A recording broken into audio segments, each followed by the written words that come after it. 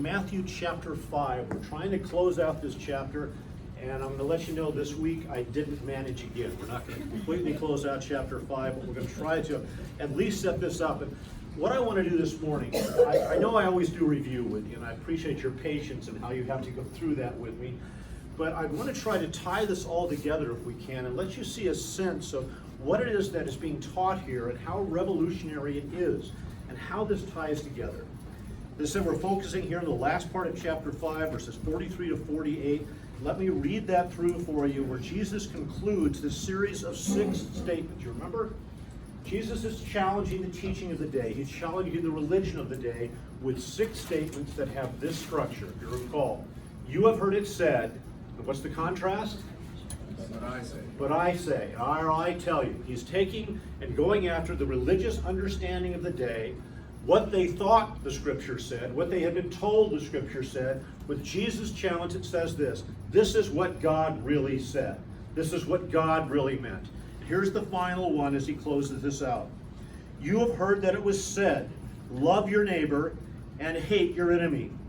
But I tell you, love your enemies and pray for those who persecute you, that you may be sons of your Father in heaven. He causes the sun to rise on the evil and the good, and sends rain on the righteous and the unrighteous. If you love those who love you, what reward will you get? Are not even the tax collectors doing this? And if you greet only your brothers, what are you doing more than others? Do not even pagans do that? Be perfect, therefore, as your heavenly Father is perfect. This is that conclusion of this section. Now, to put everything in perspective, let me go back very much to the beginning of what I told you about this book. If you remember, each of the 4 Gospels has a theme, right? It is not that there's not a total picture of Christ to be found in every one of the Gospels, but each writer addresses a very particular need in what they write. For John is now later in life. John has waited to write his, and his deals with what theme? Anybody remember? No one does. Okay, the deity of Jesus Christ. You'll be tested on this next week. You better remember this. He deals with the deity. Just this is God in human flesh. And John chose that theme very particularly because by the time we are coming to the end of the 1st century, to the last of the apostles, there's already a rising tide of heresy that is trying to strip Jesus of this title. Trying to say that this was a phantom, that this was not really God. He's a God. All of the things you can see are starting to creep not only into society at large, but into the church, and he challenges that. The others deal with the humanity of Christ. They deal with different aspects, the historical Jesus. Matthew deals with one central theme. And I hope you remember this one. What is Matthew's theme? Jesus the King. Jesus the King. Jesus the King. This is what he is after here. He's writing to a Jewish audience and making this point. You missed the Messiah. And he's going to make a case that this was indeed the promised king, the promised Messiah that Israel had been waiting for. The entire book's structure goes around that. Every section of this book that we see from the very beginning, royal birth. You want to know it's the king? I can show you he's of the right line, the right lineage, the right bloodline to claim the throne of David. We then go into the aspect that he has the royal authority. And this is the theme that hits this book again and again. We have a confrontation between a usurper who wants to be the God of this world and Jesus Christ in Matthew 4, and you have that moment in which the usurper makes all his claims, claiming to, here's how far Satan goes. I'm really in charge because Jesus, I'll offer you the world. Now, can you think of anything more arrogant than that? He's looking at the creator of everything there and saying, I'll let you have this if you'll fall down and worship me. When that confrontation is over, if you recall, Jesus says, go, and what does Satan do? He goes. The authority is established. This is my world. I don't need your permission. We're not dealing with things that way. All through this, you see this. The dispensing of the people at the temple. Remember, Jesus puts that whip together and drives everybody out of the temple. Think about this for a moment. What I find most amazing, we know Jesus probably did this twice from what we can see of comparing the different Gospels. 2 times he did this. Now, one, how is this a display of his authority? How does this display his authority? He's outside the temple, runs out these people who don't belong there. How is that a display of his authority? Well, who else has the right to do that? Well, it should have been the priest who knew that the law said they shouldn't be there. But notice Jesus does not ask their permission. He does not go in and report it. He sends them packing. And the priest come down and said, by what authority? Remember what his response was? This is my Father's house. I'm the heir apparent. This is my place, and they don't belong here. I'll do that. Here's the one I find most amazing. All of these people who are there selling stuff, you know how they got there? It's a violation of the law for them to be selling inside the temple itself. How did they get around that? They had to be invited. They had to be invited. You know how they got invited?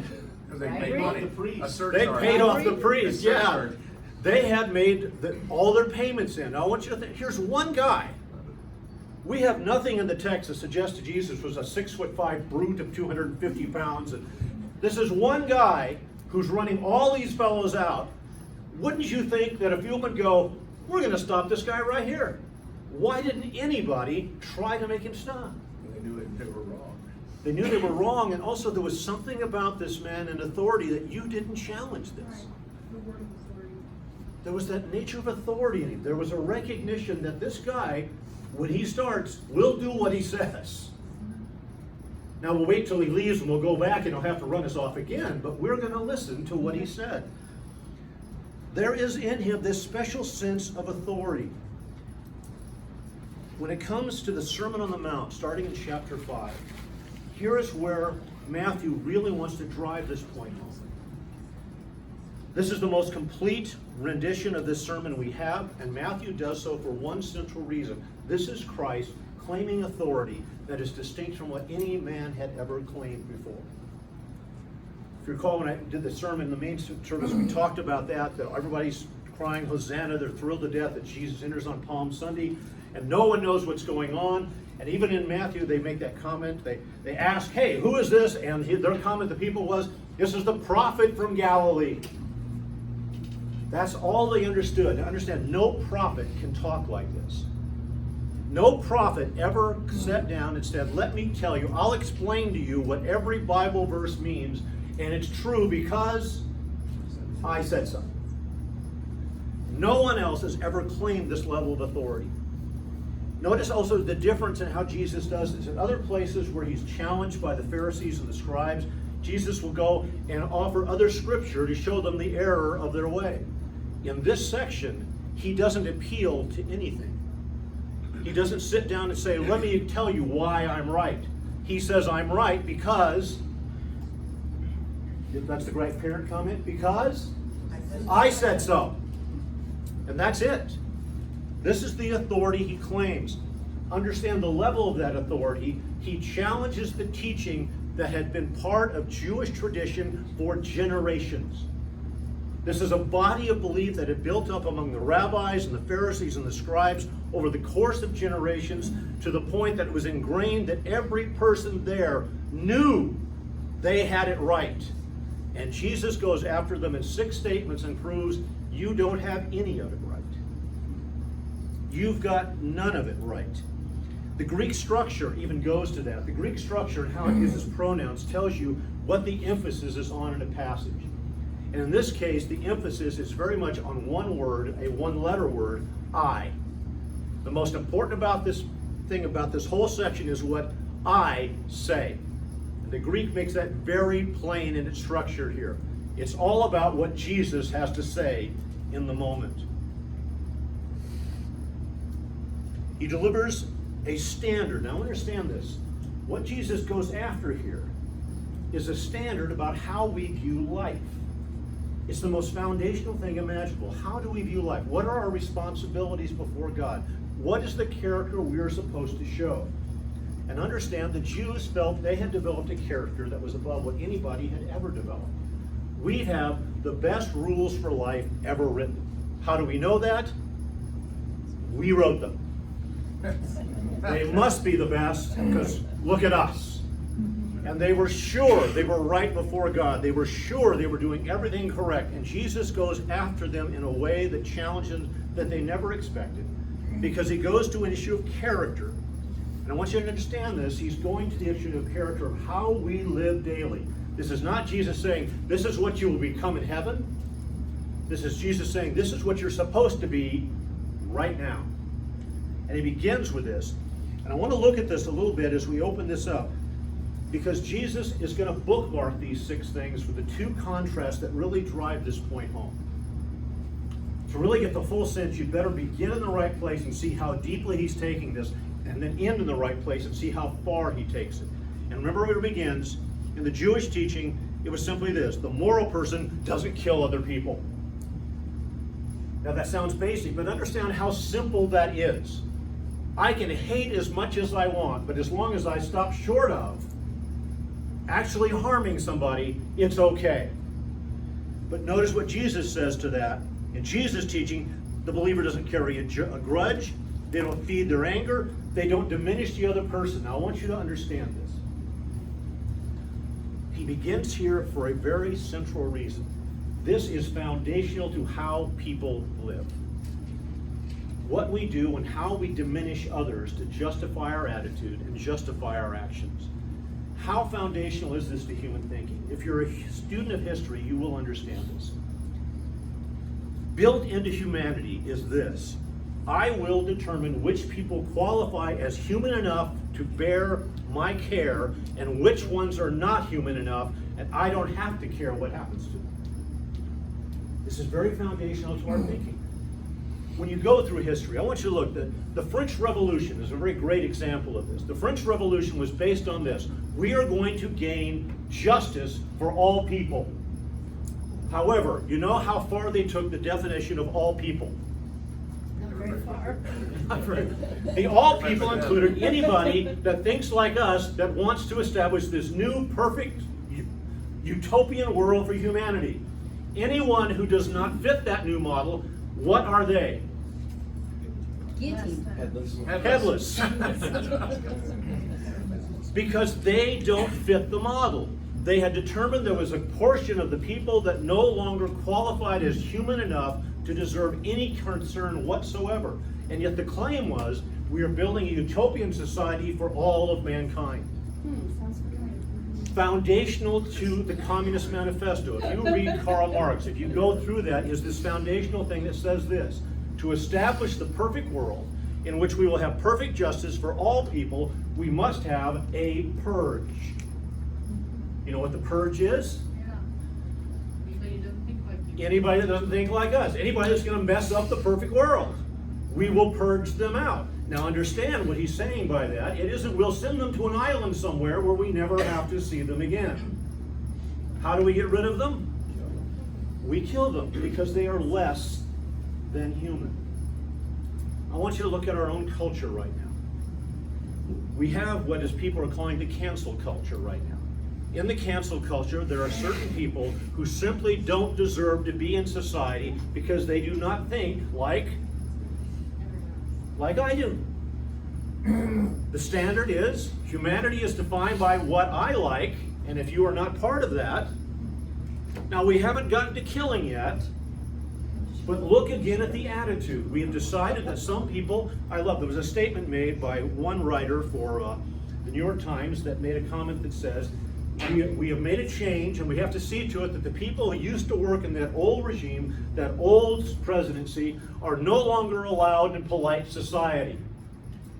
Now, first off, if they're no longer allowed, how polite is your new society? But try this. We're basically saying this: they don't have the right to be allowed to make a living because they don't fit our model for what is human. Say we are killing, because I know when he was, when I was expecting him, he was supposed to be downs and stuff, and they told us, that maybe we want to abort. We had the same exact problem with our first child. We were told that there's very likely child, there's going to be problems. Because it's going to be too much problems, or Yep. it's too much, and you can obviously have another one. So I would say we do cancel birth if we don't think it's that child. And it's much easier because we don't have a personality or face to put to it. So it's much easier to dehumanize. And what phrases do we use to dehumanize that? Myra, we can't hear her question. Oh, Her what question, is her that? whole comment was that we do cancel. She mentioned at one of her births that they had told her that the child might be born with Down syndrome, and you should abort because you could have another child. And that's the cancel we have. And I said one of the things that we find in that is, how do you make it easier? First off, it's much easier. Fetus. It's a fetus. We don't call it a child. It's an unwanted pregnancy. We give it other titles. But the easiest thing, because there's no face or personality to attach to that, so it's much easier to assuage ourselves of any guilt. But that's what you do. You dehumanize someone. And that's the beginning point that Matthew wants to drive home here. This is what Jesus is laying out for you. Do you understand how deep your problem is? You congratulate yourself because you haven't killed anybody today, but you harbor the attitudes. And do the Jews harbor attitudes about certain people on the planet that were less human than they were? Never. You think? Because we don't do that. Oh, we would never do that, yes. Of course, the other side dehumanized them as well, but that's where it goes, I'm gonna yes. say that along with the dehumanization, the relabeling of things is the appeal to your selfish interests. Because along with that, you know, he's a Down syndrome, therefore not worthy of life, is the inconvenience to you. Don't you deserve a healthy, happy child? Don't you deserve a whole human? Don't you deserve to not be saddled with the inconvenience of raising a Down syndrome child? Or even deeper than that whole idea is, I haven't even realized my own dreams yet in my own career. Why should I be saddled with any child, no matter how healthy, until I get what I want? And we dehumanize. We build upon that attitude. That's how we go after it. It's absolutely core within us. And Jesus is compelling us to look at the attitude we have that is a murderer's attitude. That has always been through history, the attitude that we use to justify whatever actions we take. That can indeed go not just to murder, but to mass killings. Understand that whole idea of the purge has led to the greatest slaughter of humanity in history all through the 20th century. It's astounding what we justify in ourselves. So he begins there with that one to force you. Do you understand how deeply ingrained this problem is in your thinking? This is how low you go. He then challenged him in several others. In Jewish teaching, a moral person doesn't commit adultery. In Jesus' teaching, the believer doesn't even indulge in the fantasy. They don't pause and look at the images. They don't feed the lust. Instead, they protect the relationships by putting their affections where they belong. He began with that one. It goes on. The Jewish teaching was important. And if you dealt with divorce, that you remember what was the standard for a good divorce? Get the paperwork. Get the paperwork done. Make sure you did all the paperwork. We want to do this legally and above board to make sure that all the I's are dotted, all the T's are crossed, and we did what we're supposed to do. Jesus' teaching, you protect the relationship. You're exacting your care of relationship because there's a lifelong commitment, and you challenge them on that. In Jewish teaching, you were careful not to overcommit yourself by giving a binding oath. Here was the most important thing. You had to be careful not to get yourself into a situation where you didn't have a legal out. The smart person couches their words and writes the contract carefully, so if they need to change something, they can. And so they had a whole system of, I swore only by this, which means I'm not really tied to it, but if I had said this word, then I had to do it. Jesus challenges that with this system that says this: you need to say no when you mean no, and what? Yes, when you mean yes. Do it. Do what you say you're going to do. And if you're not going to do it, tell me right up front. These are revolutionary standards in every regard that Jesus is challenging them with. And now he's going to go into this last one. As I said, the bookends tell you how deeply this goes. Do you understand the attitude you bear toward people, that you can dehumanize them to that level? Do you understand now? Here's where I want you to take it. How valuable do you make human life and how you look at it? Not just, I'm not going to kill it, but now in this last one, love your enemies takes a whole new standard for living. We're looking at a three-part outline here. The tradition of the Jews, what they taught, the teaching of the Old Testament, what was really taught, and how Jesus explains it, how Jesus teaches it here. Now, Traditional teaching of the Pharisees was a very interesting beginning point here in this whole thing, and love your enemies. They'd gone after this, and they had went after something here. Remember, we said 3 basic ways people mess with what God said. I think you will find that whenever you go after this, these are the only ways people alter the truth of God. 3 basic approaches to it. When you find it in the text, what do you do? Step 1, if there's something in the text you don't like, ignore it. So the Jews here had found the teaching. Leviticus 19:18 is the command there. It says, love your neighbor as yourself. What had the Jews left out? As yourself. Why do we take that one out? Lowers the bar. That's way too much effort. I know the lengths I go for me. I'm not about to do what I do for me for you. So we got to take that standard out. We leave out a passage. That is a very common thing. We see that with preachers again and again. I told you there's one group that went through and found out how many statements Jesus actually made in the Bible. I love their standards for how they figured that out. They found less than a dozen things that Jesus actually said. That's what they could pare it down to. Less than a dozen things that Jesus actually said that we know of. And amazingly, none of the things he said really challenged what we would like to do. So it's astounding how they found that. Okay, so first one, leave something out. Here's the next thing you do. You find some words in the text that you don't like. What do you do with those words? Let's redefine them, shall we?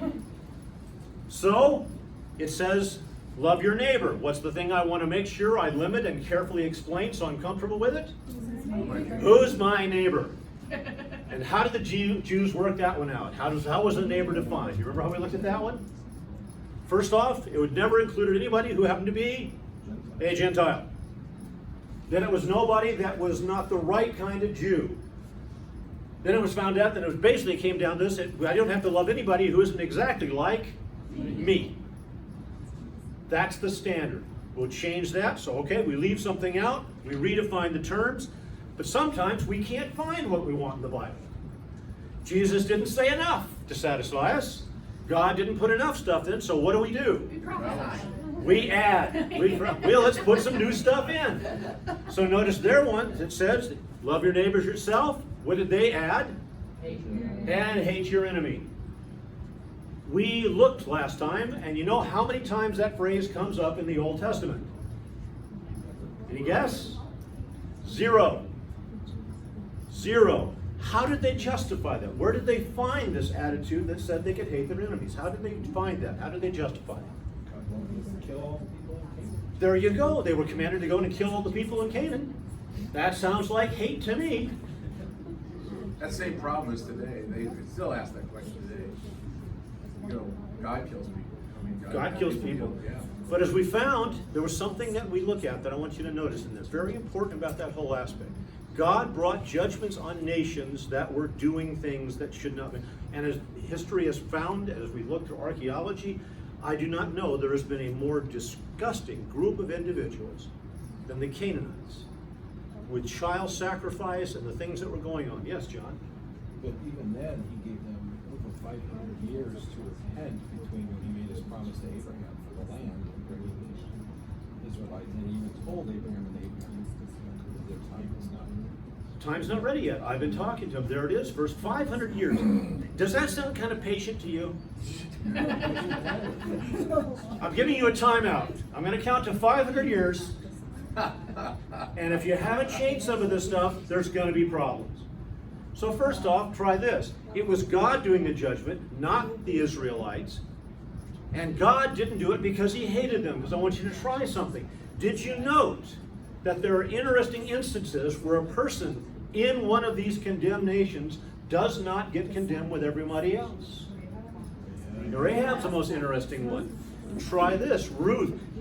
There are things that show that God still offers complete forgiveness to individuals who will understand their need for redemption. God does not just wholesale say, well, I'm sorry, it's too late now. Redemption was always on the table. Redemption to the point that those individuals became part of a very interesting person's lineage. Jesus. Isn't that amazing? The other one they saw were the imprecatory psalms. And we talked about that last, where David would pray and goes, God, you need to do something about these people. They're persecuting me, they're doing this, they're treating your people bad, they're defaming your name. And he prays that God goes and gets people. But understand this, in each and every case, when David was on target and doing it right, the issue was the honor of God and not the honor of David. So there's the beginning point. Now I want you to understand this. Before we get too judgmental on this, all of these standards, all 6 of these, what the Jews were saying, is that really that far from how most of us would think if God had not opened our eyes? And to most of us, does it make sense? I'm going to love my neighbor. I'll take care of the guy. And I mean, guy next door is a great guy. Loaned me his lawnmower, does great things. His dogs don't bark. That we have people we think are just fine. But that person that purposes to do us harm, is it really so odd that we think that person I have every right to hate? In our human thinking, there's nothing wrong with the Jewish standards. In fact, they tend to be a little higher than where most people live. But Jesus is not going to let them live there because the standard is not based on you being better than the rest of humanity. What's the standard? Holy as God is holy. There's the standard that we have given here. This is what we are supposed to understand. But Myron, the pressure isn't the focus to be holy like God is holy, but constant pressure is to be better than your neighbor, better than your coworker, better than anybody. We're always measuring ourselves against somebody else here that God created instead of the Creator. But here's the hypocrisy even in that. How do we make sure that we're better than our neighbor? We write our own rules. Exactly. And in our own cancel culture right now, we have come up with a standard that says, here's the new standard for what is good. And isn't it amazing? The new standard looks a lot like me.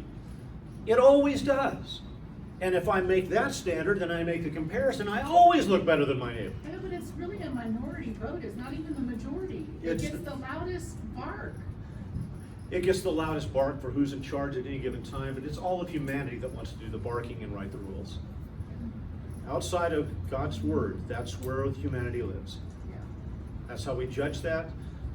That's where we come up with ideas. I mean, I love the old saying, it is England's job to make the world England. Really? And who assigned you the role of making the world? Well, England. Well, we did. Who are you? We're the English. Okay. Americans have the same idea. Remember, it's called manifest destiny. We are destined by God. Now, I don't know where God ever said that, to rule from sea to sea and from pole to pole. Evidently not so, because we got the sea to sea part, but God said, no, you don't get pole to pole. These attitudes have always been there. How does every empire that's ever been justify its expansion? We have the right because we are better. This is where they lived. This is where they saw things. Now, let's contrast that. Let's go into new territory today. What does the Bible actually say in the Old Testament? Now, we all know the Old Testament is a cold-hearted, judgmental God that just hates people. He's not the kind God of the New Testament. So clearly, we're going to see a very angry, petulant, very nasty God in the Old Testament, right? Or not, maybe not. Let's take a look at that. So what does the Old Testament teach? It teaches a very limited concept here. Now here's the first one. What did the Old Testament teach was the definition of the word neighbor. How did they view that? Jesus is appealing to something here. I want you to go to Deuteronomy. I want to go to Deuteronomy chapter 22, verses 1 to 4. Now this word here is translated, my NIV as brother. Neighbor is also a translation for this, so however you want to go with that. But it's talking about neighbor. Now here it comes. If you see your neighbor's ox or sheep straying, do not ignore it, but be sure to take it back to him. if your neighbor does not live near you, or here it is, if you do not know who he is. Okay, let me stop right there. Wait a minute. Which one of you, if I had asked you before we read this, what's your definition neighbor, would say, it's the guy I don't know? Not What is our definition of neighbor? somebody we know. Somebody we know lives nearby. I know who it is. And he begins there because that's where most of us live. But note this, I have now found something. Now I want to stop here. What's the natural thought of most human beings when they find something and there's no ID with it? Keep it. It's highly valuable and no one claims it at all. You look, you're a good citizen. I looked in the paper and no one's advertising. I went down by the mail boxes and there's not a sign up that says lost, looking for. No one's looking for this. No one's going to find it. What do we immediately think? That's mine now. God's gift. What's our famous saying on that one? Finders keepers. We have a better one. Possession is 9/10 of the law. Is it? Notice what he says here. Keep it until he comes looking for it. Now, if it's a living thing, you know what that means? Feed it, take care of it. Feed it, care for it. If it's an ox, I'm not going to slaughter it to sell the meat. I'm going to keep it at my expense. And do you see anything in the text that says, and when they show up, I'm going to present a bill for the maintenance? Then give it back to him. Do the same if you find your brother's donkey or his cloak or anything he loses. Here's the big command. Do not ignore it. Here's the other one that has. We look at that and we know God's rule is, if I find that ox, I find that donkey, I find the dog, and I know it's going to be a lot of trouble to maintain it, what's my next thought? I'll just ignore it until he comes looking for it. I'm not going to bother with it. No, keep it safe. It becomes your responsibility until they show up. It's an astounding standard. Now that's bad enough. I want you to try this one in Exodus. This is Exodus chapter 23. And here we have verse 4. Now that one's the neighbor. The person you know or the neighbor that you don't know. And if you don't know him, I have nothing against him because I don't know him. Here's Exodus 23. If you come across your enemy's ox or donkey wandering off. Oh. Here we go. There's that guy that caused me so much trouble. This guy stole from me. This guy misrepresented me. He slandered me. Okay, and there's his ox. What's the thought? God is putting some retribution here. Oh boy, let's let it go. That's his problem, not my problem. Or better yet, he owes me. It's now my ox. But what does he say? Be sure to take it back to him. Really? And again, do you see anything here that says, and I will get covered for the expense of the travel, care and feeding? Not in there. If you see the donkey or somebody who hates you falling down under its load. Now again, here's a person that has purpose to do you harm. And you're walking along and they're having a really bad day. What's our human thought immediately? What's that? Point and laugh. Point and laugh. There you go. It's about time. There's the. Do you see people doing that? Someone they dislike, and then things are going really bad for them, and their first thought is almost always, "That just does my heart good." There's karma. What comes around, what goes around comes around. Oh, we're just thinking it's about time, and we make jokes about it and so forth. I watched that in our political realm, and we just love to see the other side have things coming apart. That's just so good. We give them nicknames too. Oh, we Stuff do. wrong, they get a nickname out of it. They do something really It's just astounding to me, the coldness we can express towards someone. I saw all kinds of posts when Biden stumbled going up the stairs to Air Force One. 3 times he stumbled. And people were just having a laugh fest on this one. Really? 78-year-old man tries to fall down a flight of stairs, and your first thought is, that's just so funny. Okay, just say ouch to that. You know? And I get it if you're on the other side of this. Have there been, if you're on the conservative side, have you put up with a little bit of nonsense from the left? Have there been some mocking and some things going on? Did it feel like it was finally your turn? Of course it does. Of course it does. Do not leave it there.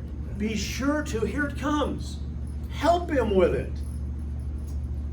Now, do you know what it would mean if he has a load too heavy for his animal, that the animal can't carry it, and you're going to help him with it? You know what you need to do to help him with that?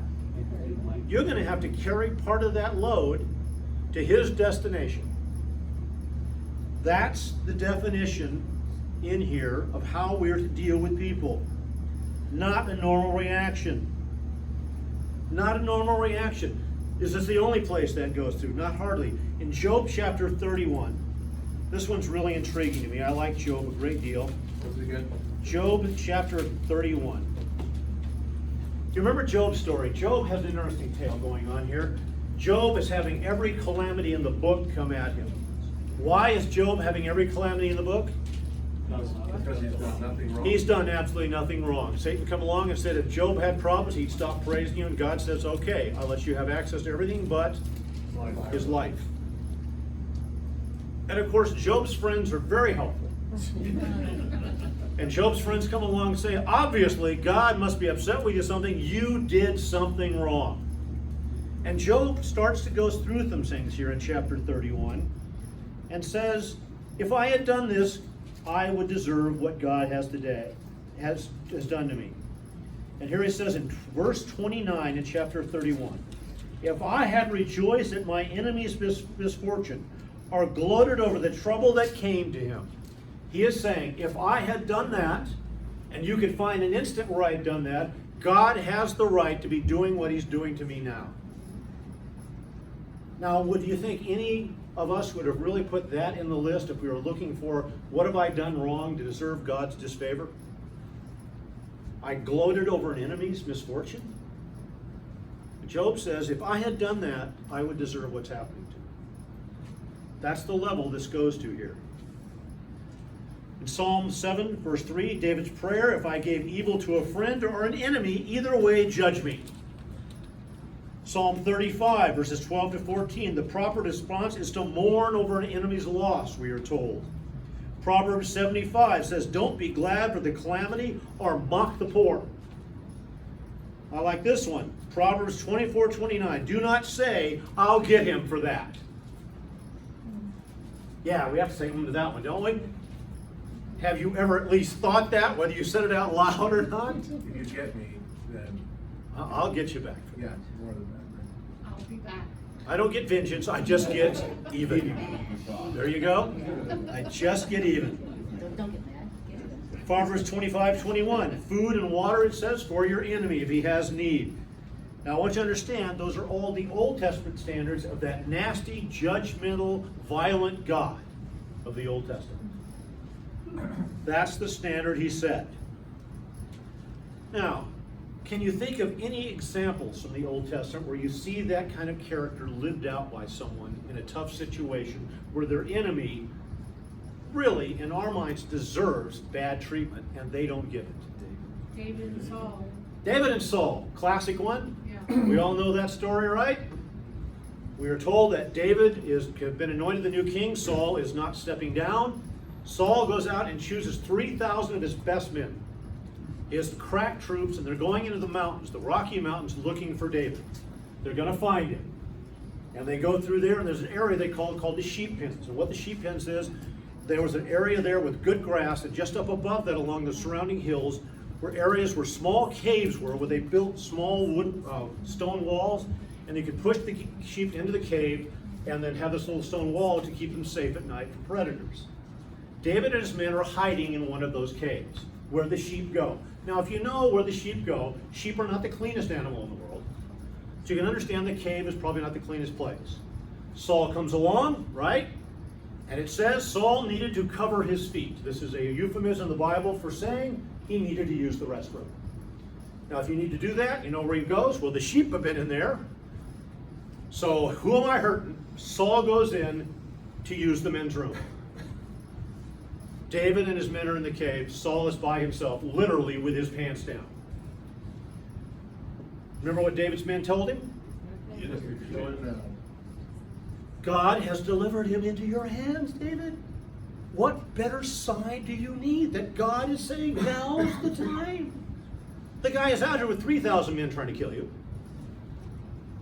If he finds us in here, he will kill you and us. I'm not mentioning us, David, but that's kind of implied, which we don't want to have that all happen. So you can do this, David. Now, what does David do? Now, I want you to stop and think about that, because y'all think David wouldn't raise a hand. And why did David cut off a piece of his robe? What's that? When he was thinking about it, and he stopped halfway or something. I think that even goes further than this. Let him know he could have. There you have one up on it, but here's the big moment. David's men say, kill him. David knows he shouldn't do it, but he wants the men to respect him and follow him. He doesn't want to kill him, so what's the next best thing you can do? Embarrass him. There you go. I'll get off a piece. Don't you see this, guys? I got so close to him, he didn't know I was there. Oh, whoop, David, you're really something.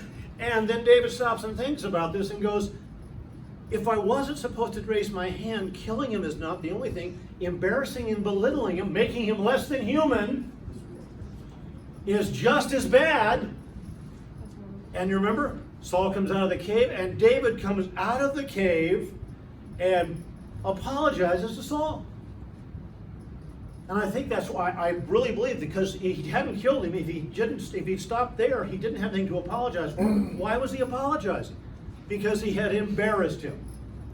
He had belittled him. He had diminished him. And David falls on his knees seeking forgiveness from the man trying to kill him. Now that's a classic to me. I want you to try this one. Remember Lot and Abram? Lot, the perfect relatives. Certainly the guy you want in your family, because Lot's a great guy, right? Lot has lived with Abram, they travel, and Lot has become a wealthy man because of Abram. Lot has servants, he has sheep, he has goats, he has camels, he has become wealthy. And they have gotten so large as a group, the land can't sustain them traveling together. And Lot's guys are arguing with Abram's guys. Now, first off, when you are the minor partner and you've been made rich by hanging around with this person, what kind of grounds do you have for being uppity and arguing with the guys who made you wealthy? And why doesn't Lot put an end to it? Shouldn't Lot have known, hey, we owe this guy everything. We're not going to play the senior partner here and expect that we get the choice deal. Just a little bit more. Just a little bit more. And remember the thing? The whole thing comes up, and it's Abram that solves it, goes to Lot and said, we shouldn't be at odds. So what does Abram say? I'm the senior partner, I'm going to go here, you go where I tell you.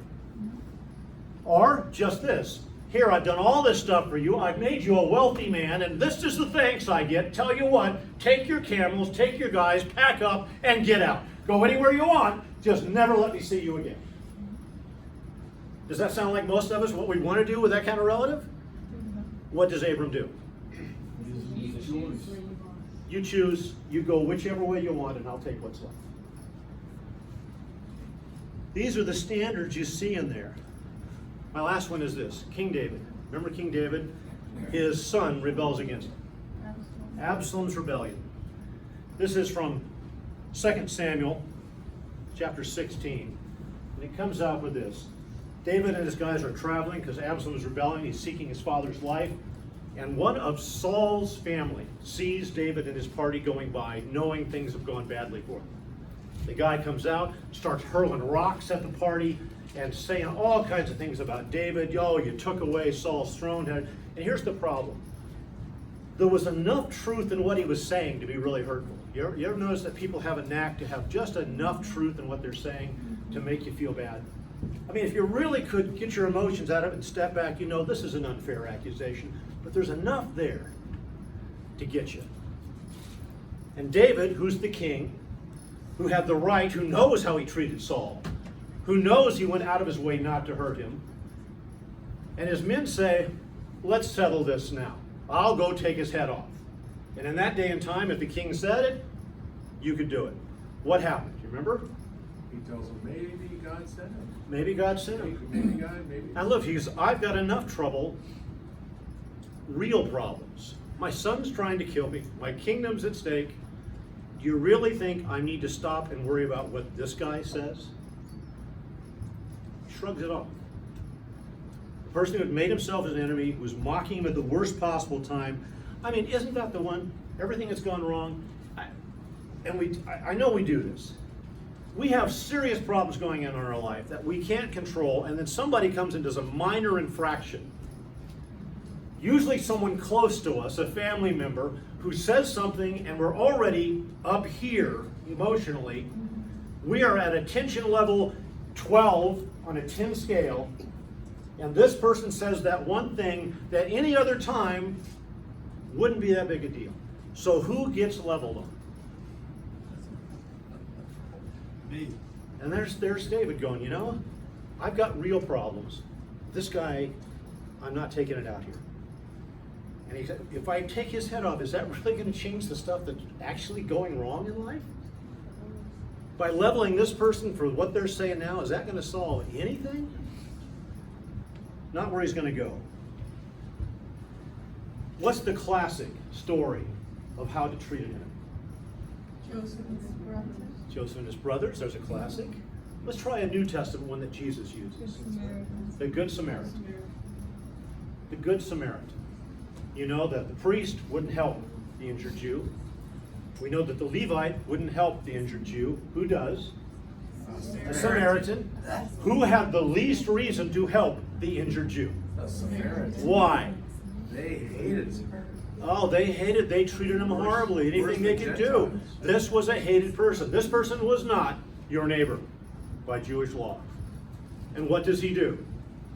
He tends his wounds, he takes him to the end, he pays for his stay and says, I'm going to come back this way when I'm through with my trip. Anything more, the cost that just run up, I'll handle it when I get back.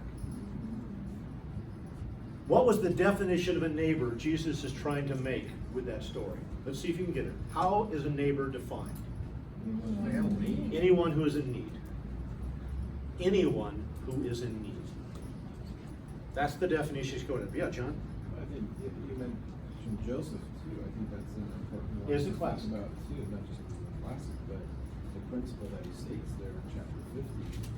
You know, when his brothers come to him and are fearful, for their lives, and he, makes it say, you intended this for good or evil, but God intended it for good. Who am I to, to take the place of God and make a judgment over you?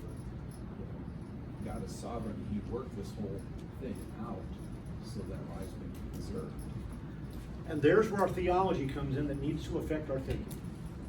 Ultimately in life, who is in charge of what happens to us? The person who is purposing to do us harm? Who's in charge of our life? God. God is the one that is in charge of what goes on. And it wouldn't happen if God wasn't going to allow it, which means God must have a purpose in it. Can we think past that? Because our thinking in human terms is, nothing would be this bad if it wasn't for Him. Nothing would be happening. I would be happy if not for Him. But if it wasn't Him, is life always fair? Is life... Yeah, I have news for you. I've got 66 years now, and I found out once that guy is gone, there's somebody waiting in the wings to fill that slot to cause turmoil in my life. They seem to line up. They're just there. They're always there. Have you ever noticed that there's a certain personality that always challenges you with, and I found that I find them in my different stages of life, just like you're saying. You get past this chapter of my life and I'm in another chapter and I've got the same personality conflict with someone else. different person, same personality, and said, okay, I must not have learned my lesson the first time. So God keeps putting them in my life. That's right. I never pray for patience. Never pray for patience. God, I'm fine. Got that covered. Don't want to be anymore. Now, there's always that person out there. And I know sometimes we have to ask ourselves, do I wind up with that conflict because I bring it out each time? Maybe there's something I have to assess. We have to ask ourselves that. But the simple reality is this. What did God promise? He says, here's Jesus saying, this is the character you should live by. But what's the promise if we live by that character in this world? We promise to go to heaven, but he's promised while in this life there will be turmoil. There will be opposition, that people will hate it that you live by a character that makes it plain they don't have that character. Byron, Yes. I tend to believe that it's a gift God's giving me, that he says, Susie, I got another one for you. The ones you can change, the ones you can impact. And here's the other aspect of our theology. Who is the person in the relationship most in need of the grace that we can tell them about in Jesus Christ? The enemy that's seeking our harm. This person clearly needs God. Yes. All right, all of that to get to the final section, which obviously we can't cover this week. And that's the 5-point outline that says this. We've seen what the Jews taught. We've seen what the Old Testament has taught. Now Jesus is going to give us a 5-point outline about love your enemies, pray for your persecutors, manifest sonship, exceed the actions of others, and imitate your God. We're going to see those 5 points next week and finish this in a blazing 3-week section for how to love your enemies. And we're going to close with that. And then